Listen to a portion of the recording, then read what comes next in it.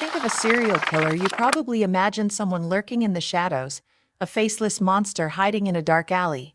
But what if the monster lived right next door, a man who smiled, nodded politely at neighbors, ran a successful business, and was the very definition of normal? That man was Herb Baumeister. Born in 1947 in Indiana, Baumeister's early life was marked by quiet routine, but beneath the surface, something darker churned. By day, he was the respectable owner of an office furniture company. Admired in his community by night, he was a predator hunting the vulnerable. For years, young men from Indianapolis' LGBTQ+ community vanished without explanation. Many were never reported missing, and if they were, their cases went cold. Baumeister, with his carefully crafted facade, escaped suspicion for a long time, until a shocking discovery on his sprawling Fox Hollow farm shattered the illusion and revealed the nightmare beneath. But what drove this man? How did he hide in plain sight? And what failures allowed him to continue for so long? In this documentary, we unravel the chilling story of Herb Baumeister, the I-70 strangler, peeling back layers of deceit, tragedy, and haunting unanswered questions. And as we uncover more disturbing details, don't forget to hit that subscribe button, as this encourages me to keep going, and also so you never miss a case like this again.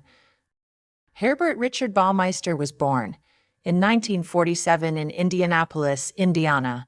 Raised in a typical Midwestern family, his childhood appeared unremarkable to outsiders, but those close to him would later say he was a loner, someone who never quite fit in. In school, Baumeister was often described as quiet, sometimes brooding. While other kids played sports or joined clubs, Herb preferred solitude. His classmates remembered him as a boy who kept to himself, with few close friends. As he grew into adulthood, Baumeister seemed to find his place in the world. He married, started a family, and built a furniture business, Baumeister office environments that flourished. By all accounts, he had achieved the American dream: a comfortable home, financial security, and a respectable reputation in Indianapolis. But beneath the surface, Baumeister's life was complicated. He struggled privately with mental health issues, including bouts of deep depression. Those who knew him said he could be charming one moment and withdrawn the next. His marriage, while outwardly stable, was strained. Family members would later reveal that Herb kept parts of his life completely secret, parts that would shock even those closest to him.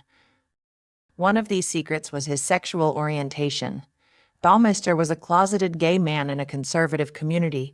At a time when being openly LGBTQ+ was risky, he hid this side of himself behind the facade of a traditional family man. This internal conflict created a dark tension. A man trying to live two lives, never fully able to be himself in either. And it was this tension that, in the coming years, would fuel something far more sinister. Herb Baumeister's victims were mostly young men living on the fringes of society, many from Indianapolis's LGBTQ+ community, a group often marginalized and overlooked. These men ranged in age from their late teens to mid-30s, often struggling with unstable jobs, homelessness, or fractured family lives. Some were sex workers, others simply trying to find a place where they belonged. In a city where missing person reports involving young gay men were frequently ignored or minimized by police, many of these disappearances were dismissed or went unnoticed. Baumeister exploited this invisibility. He was methodical in how he selected and lured his victims. He offered them what many desperately wanted: a safe place to stay, a job opportunity, or a sympathetic ear. One investigator later described Baumeister's approach as calculated charm wrapped in menace. Many victims vanished after meeting him at bars or clubs popular with the gay community. Once Baumeister had gained their trust, he would invite them back to his home or office, places where no one else could see what happened next. His preferred method of killing was strangulation, a brutal, intimate way to silence his victims. Then, in a grim effort to erase his crimes, Baumeister buried the bodies in shallow graves, mostly along the Interstate 70 corridor, earning him the chilling nickname, the I-70 Strangler. The most horrifying discovery was on his Fox Hollow farm estate, where police uncovered the remains of at least a dozen victims buried in the woods behind his home. Some were found only after Baumeister's death. Many victims remain unidentified to this day, their names lost to time. One family member, in an interview years later, said, "We never thought he could do something like this. We thought our loved one just disappeared. Finding out the truth broke our hearts in ways words can't explain." The investigation into Herb Baumeister's crimes was a long and frustrating journey, one marked by missed opportunities, police skepticism, and the harsh reality of systemic prejudice. For years, law enforcement struggled to connect the dots. Reports of missing men from Indianapolis's gay community were filed, but without solid leads, these cases were often shelved as cold. It wasn't until the late 1990s that detectives began to notice a chilling pattern: young men disappearing along Interstate 70, a major east-west highway cutting through Indiana. The break came in 1998 when a local hunter stumbled upon a disturbing discovery on the sprawling 47-acre Fox Hollow farm, Baumeister's estate in Westfield, Indiana. The hunter alerted authorities after noticing fresh earth mounds and bones partially exposed in the woods. Police quickly secured the property, initiating what would become one of the most harrowing crime scene investigations in Indiana history. Inside the wooded area behind the home, forensic teams uncovered the skeletal remains of at least a dozen men. The scene was grim. Some bones were scattered, others buried haphazardly in shallow graves. The remains told a silent story of desperation, fear, and untold suffering. But identifying the victims was a challenge. Many had no identification, and without DNA matches or missing person reports, police faced a painstaking process. Meanwhile, Baumeister himself had vanished. When detectives finally tracked him down, they found he had taken his own life, leaving behind no confession or explanation. The lack of closure only deepened the wounds of the victims' families and fueled questions about what might have been missed. Detective John Smith's pseudonym, one of the lead investigators, later re-elected. This case exposed so much about how society treated certain people as less than human. It was heartbreaking. We realized too late just how many lives were lost and ignored. The investigation revealed Baumeister's dark double life, his respectable business dealings and family facade starkly contrasting with the monstrous acts he committed in secret. The world often remembers the monster, but forgets the names of those he destroyed. The true horror of Herb Baumeister's crimes doesn't rest in the headlines or the eerie estate. It's buried in the silence of his victims' stories. At least 11 young men, missing, unheard, forgotten. They weren't famous. They didn't make the news when they vanished. Most were gay men from the Indianapolis area, some estranged from their families, some living on the margins of society.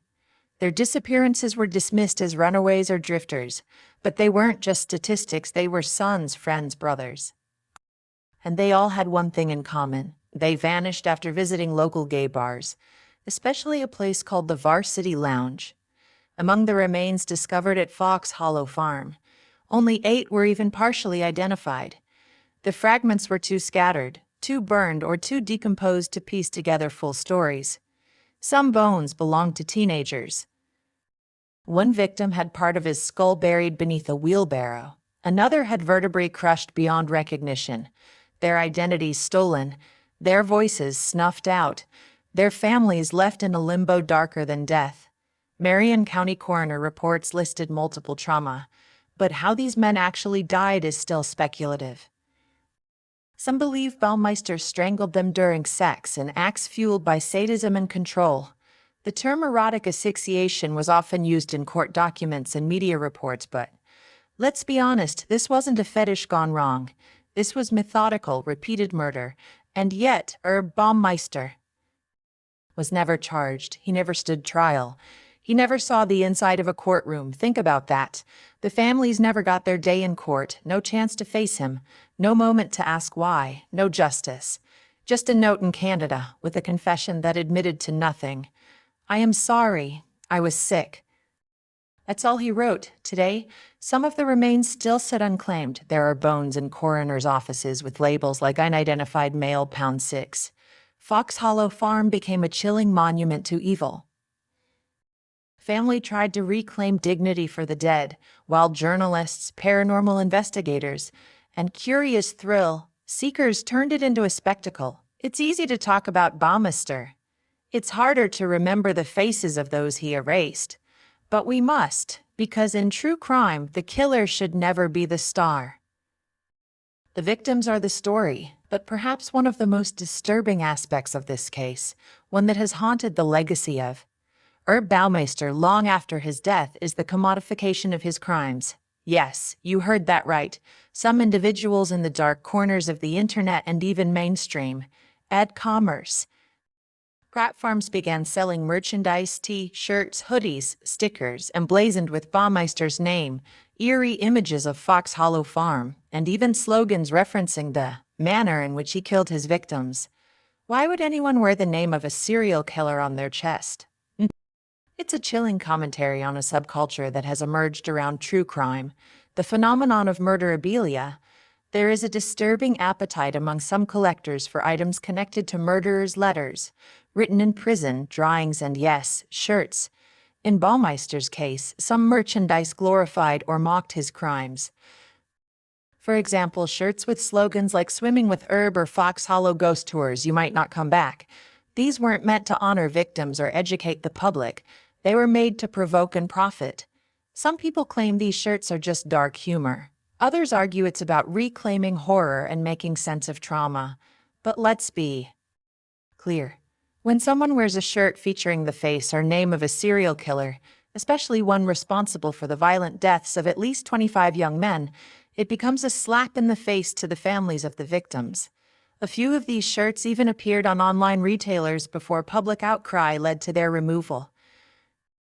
Platforms like Etsy and eBay were pressured to ban the sale of murderabilia, including items related to Baumeister, but the internet is vast and hard to police.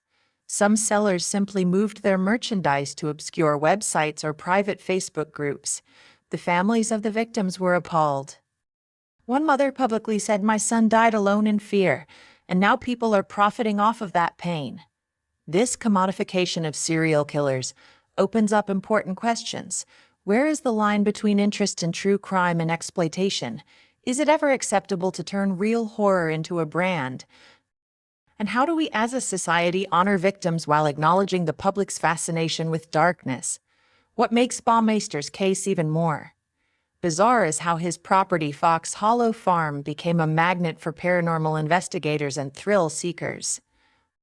Some visited to feel the energy, others recorded videos, and a few even sold alleged souvenirs from the grounds. It became a circus of morbid curiosity. There's a responsibility that comes with sharing these stories. As creators, viewers, and consumers, we have to ask ourselves, are we informing the public and honoring the victims, or are we feeding the legacy of a monster? We may never know the full extent of what happened on Fox Hollow Farm. Too many lives were lost, too many voices silenced. But what we can do is remember their stories, not glorify their killer. If you found this story chilling, thought-provoking, or even just deeply fascinating, don't forget to hit the subscribe button and turn on notifications so you never miss another deep dive into the darkest corners of true crime. Your support helps us uncover more stories, honor the victims, and shine a light on the shadows. Like, comment, and share your thoughts below. Was justice truly served in this case? What would you have done if you were in Julie Baumeister's shoes? Let's talk about it in the comments. Thanks for watching, and remember, not all monsters live under the bed.